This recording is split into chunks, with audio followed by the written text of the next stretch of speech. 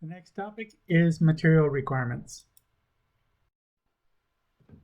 Moving on to the next topic, we'll go into the wood material requirements. We'll start with grade stamps. Majority of sawn lumber is graded by visual inspection. It's visually graded. Very small percentage is machine stress rated lumber, and that's subjecting each piece to a non-destructive test to verify it's got the right grade. Typically, a grade stamp that you see in the center is for structural lumber. Includes the lumber agency, the WCLB. It's got the mill number, example mill 10, lumber grade number 2. It's got the species of the wood, Doug fir, and the moisture content at the time of surfacing. This one's surface dry. Surface dry is at 19%.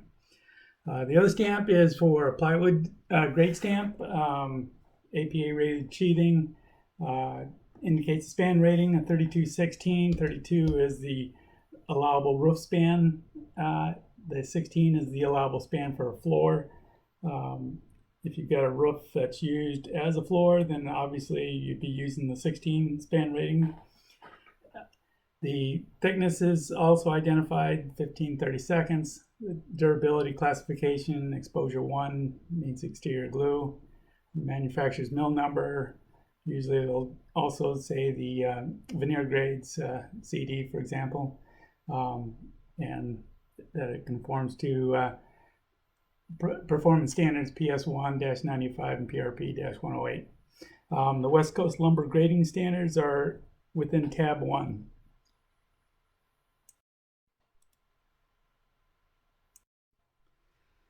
These are a few examples of grade stamps, Doug fir and a hem fir. The hem fir piece is incised in this photo. The hem fir is easier to treat than Doug fir, and contractors may attempt to substitute hem fir for sill plates. That's not acceptable unless you have a DSCA approved CCD. Although the grade on this hem fir says it's number 1 and better, the density of hem fir is less than Doug fir, and all the fastener values are reduced, allowable shear, bending, tension, compression stresses. Everything needs to get reevaluated based on hem fir. It's not an acceptable alternate to Doug fir. And as a sill plate, it takes perpendicular grain crushing, and because all studs and posts are bearing on it, and hem fir has a lower value than Doug fir. Note that the hem fir is generally lighter in color than the Doug fir, so you should notice. On this slide are some additional grade stamps you might see. Machine stress rated MSR lumber. MEL is the machine evaluated lumber.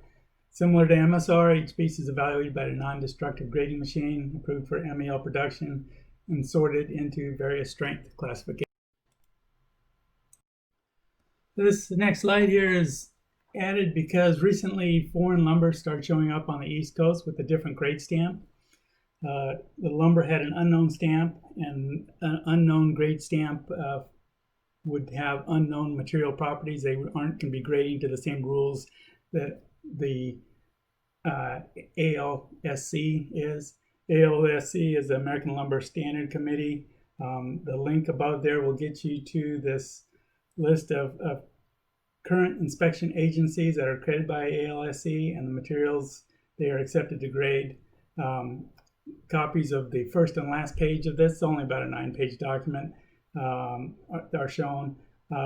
You have to go to that last page, of course, to get to the important information as what's required on the grade stamp.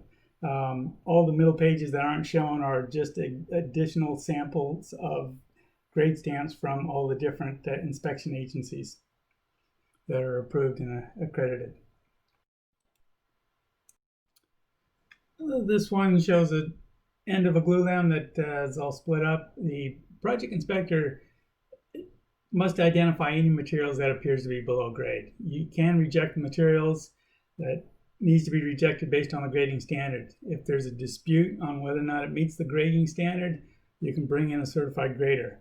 The most common defects that occur is splitting, and happen during shipping and handling as a result of normal drying. Some members are likely to split at the ends and will no longer meet the grade. So the split ends can be cut off, and the remainder of the piece can be used.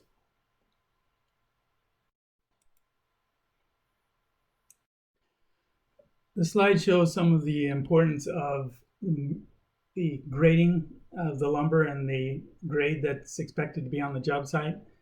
This table is on the capacity, shows the capacity of an HD8A in a 4x4 stud that's 8 foot tall.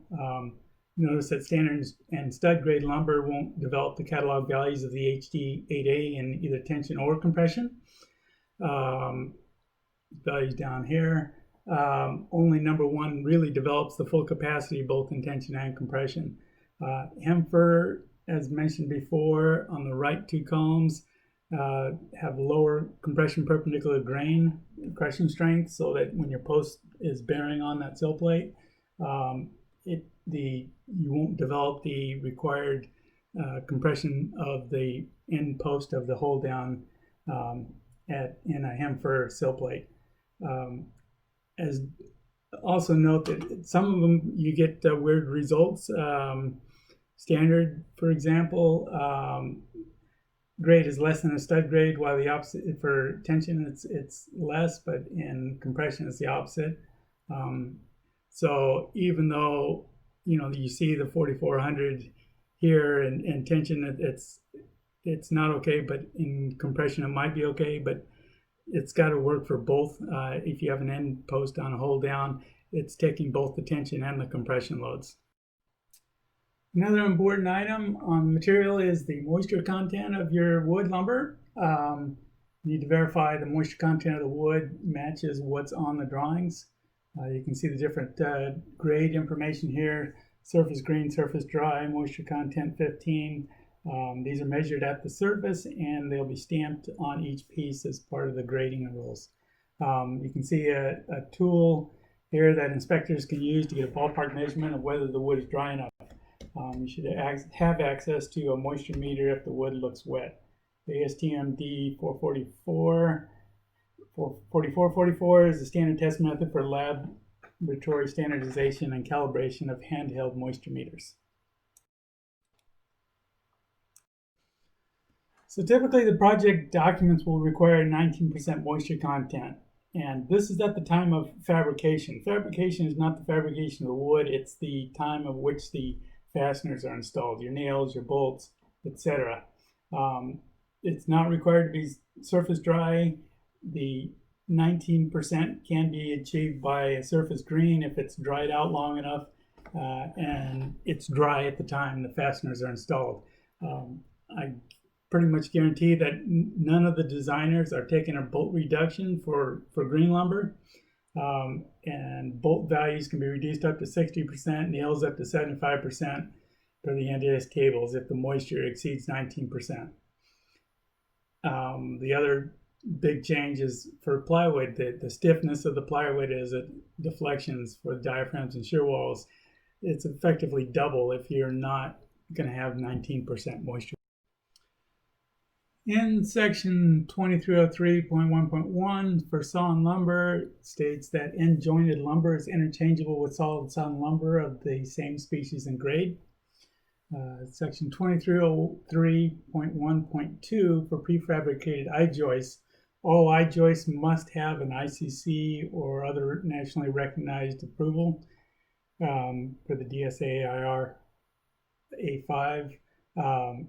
The prefab wood joists have to conform to the standard ICC ES AC14. That's the acceptance criteria for prefabricated wood I-joists.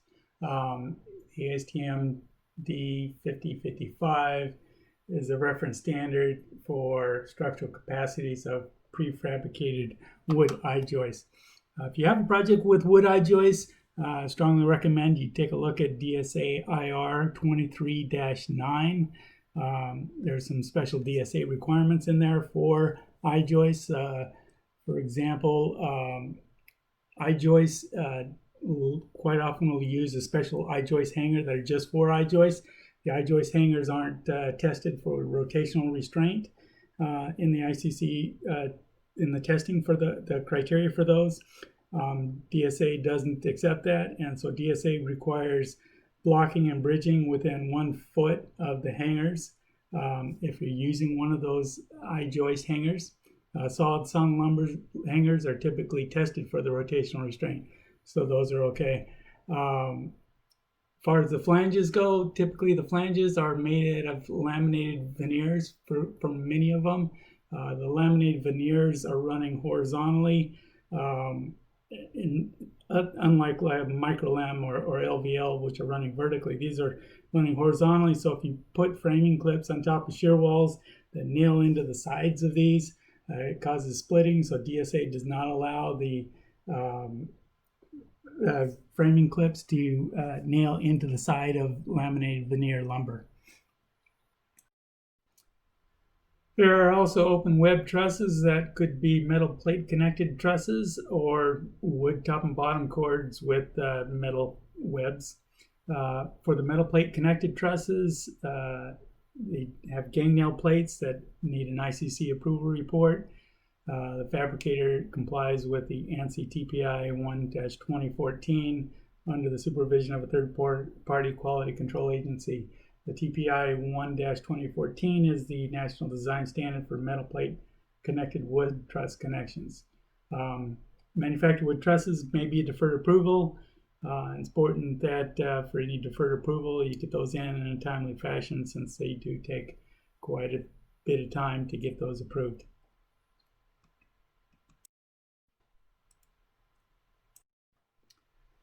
For wood cord trusses with metal webs, the ICC acceptance criteria 306 is for pin-connected open web trusses with wood cords and tubular or angular steel webs. These trusses are designed and fabricated per an ICC evaluation report. The fabricator is under the supervision of a third-party quality control agency. Special inspections required for the manufactured trusses per 1705A55. This is done in the plant. The installation of temporary and permanent truss restraint and bracing per 1705A52 is at the project site, so that's done by the project inspector. So this will be your typical bridging, restraints, things like that that are run perpendicular to usually the top and bottom cords. Important part in section 2303.4.3 is that DSA approval is obtained prior to fabrication. So any change to a truss would require DSA approval. For glue laminated beams, each glulam must be marked by the manufacturer and the special inspector. The manufacturer's mark is per the ANSI 190.1.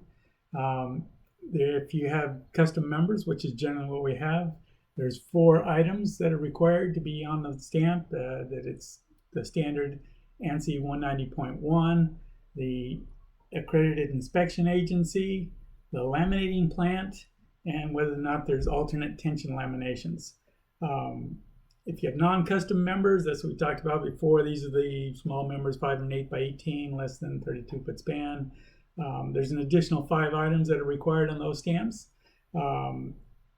The species of the group of lumber in the timber, the applicable laminating spec, whether or not it's a simple span member, which is a B, a compression member, which is a C, tension member, which is a T, or if it's a CB for use as a continuous member of a cantilever member, because it has both compression and bending. Next item is appearance grade. It has to also identify if it's got proof loaded end joints, if the member has required laminations proof loaded, and the lot number or job identification number. The special inspector's mark per 1705A.5.4 needs to be on the drawings. Those are all your custom members that are inspected by a DSA certified inspector. Refer to DSA Bulletin 1703. The glulam fabrication inspection is done by a DSA approved glulam inspector. DSA must receive an affidavit for this special inspection, typically a DSA 292. It's also possible that the glulam special inspector works for the lab of record, and then that will be included in the 291 of the lab. The DSA's website has a listing of these approved special inspectors. I tried that website. Unfortunately, the link didn't work very well for me. So I included a link at the bottom there that gets you to the page where it refers you to that link. Also on that page is a phone number that you can contact DSA in Sacramento, and hopefully they can get you a copy of that list if the links. This is an example of a Glulam special inspector mark. It's a little tree-shaped item on the side there. If you look carefully and look sideways, you'll see that it says FPI. That's a Forest Products Inspector. Other marks may apply for other Glulam special inspectors by other companies. Structural composite lumber includes PSLs, LVLs, LSLs, and OSLs. Verify the product is stamped by the manufacturer with their ICC Evaluation Service Report number. These are regulated by ASTM D5456, edition 14B, which is the standard specification for evaluation of structural composite lumber products. For wood structural panels, the codes starting in the 2016 CBC and 2303.1.5 refers to plywood and OSB as wood structural panels. We've already gone through a grade stamp like this on the first material slide. Preservative treated wood has to be identified per 2303.1.9.1. Wood required by section 2304.12 to be preservative treated shall bear the quality mark of an inspection agency that maintains continuing supervision, testing, and inspection over the quality of the preservative treated wood. Inspection agencies for preservative treated wood shall be listed by an accreditation body that complies with the requirements of the American Lumber Standards Treated Wood Program or equivalent. The quality mark shall be on a stamp or label affixed to the preservative treated wood and shall include the following information. So there's 8 items in this block, but only 6 of them are required. So the identification of the treating material, which is number 8, the type of preservative used, which is number 4, the minimum preservation retention, which is number 7, the end use for which the product is treated, which is number 3, the AWPA standard which the product was treated, number 6, and the identity of the accredited inspection agency, which is number 5 in this drawing. Sill plates have to be treated Doug fir. The only exception is if you're going to use hem fir or redwood, it has to be on the drawings or specs or through a CCD. For fasteners and preservative treated and fire resistant wood, they need to be hot dipped, zinc coated, galvanized steel, stainless steel, silicon, bronze, copper. For fasteners, nuts, washers, and connectors per 2304.10.5. You'll notice that's very similar to what we previously discussed on slide 19 about exterior wall covering for corrosion resistance of fasteners for 2304.10.1.1.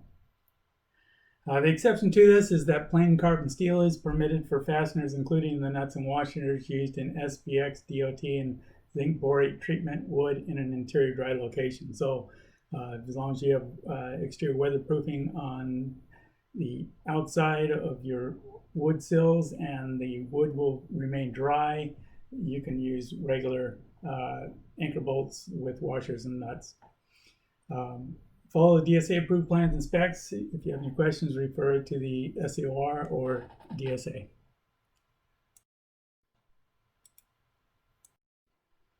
For sill plates, you have to have a minimum 2 bolts per piece. Also check the specs to see if it says it has to be free of hard center. That means that the center of the tree can't be included in the board. Avoiding the hard center of the tree reduces the tendency of the board to twist and split as it dries. If you've got countersunk, it needs to be on the approved plans. That normally countersink in the bolts is not allowed. If you do have countersink or cuts, then all the cuts in the countersinking need to be retreated for the preservative treatment.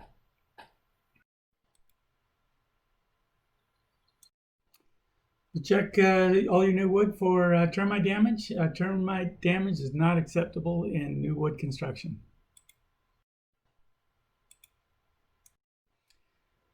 If you have an alteration of an existing structure, check for any termite and dry rot damage. Notify and verify the architect and engineer for direction on what to do about repairing and replacing. CCD per DSA IR 6 may be required. The next topic is clearance from grade. Moving on to the next topic, for wood clearance to grade, the bottom of seals and plywood, unless the seals and plywood are treated on an exterior foundation wall, shall not be less than 8 inches above the outside finished earth grade. On exterior walls where the earth is paved with asphalt or concrete and the slab is at least 18 inches wide and draining away from the building, the bottom of the seals may be 6 inches above the top of such slab. Note that this exception is one of the few unconservative differences between DSA SS and the community colleges. This exception is not permitted in the community colleges. It has to be 8 inches above grade. Any other means of termite decay protection may be accepted by DSA. Second bullet says stud walls and partitions around showers and toilet rooms with more than 2 fixtures and stud walls adjacent to unroofed paved areas shall rest on concrete curbs extending at least 6 inches above finished floor or the paving level. And the new changes and the paving level. See DSA IR 23-3 for alternate methods if a curb is not possible in a plumbing wall. This slide shows wood in contact with the earth with water and rot damage at the bottom. This is just a further blow-up picture of the same dry rot and damage.